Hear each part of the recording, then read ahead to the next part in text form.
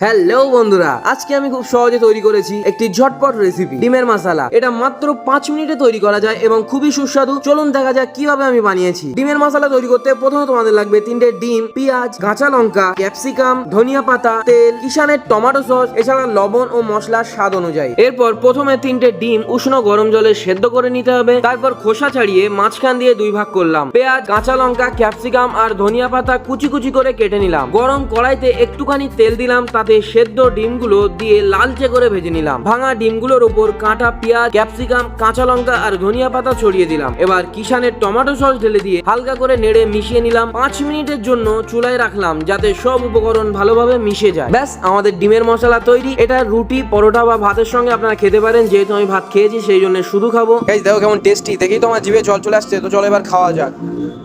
ওহ guys, মারাত্মক সুন্দর guys, খেতেও যেমন দেখতেও তেমনি সুন্দর গাইস। তোমরা একবার অবশ্যই বাড়ি ট্রাই করে দেখতে পারো।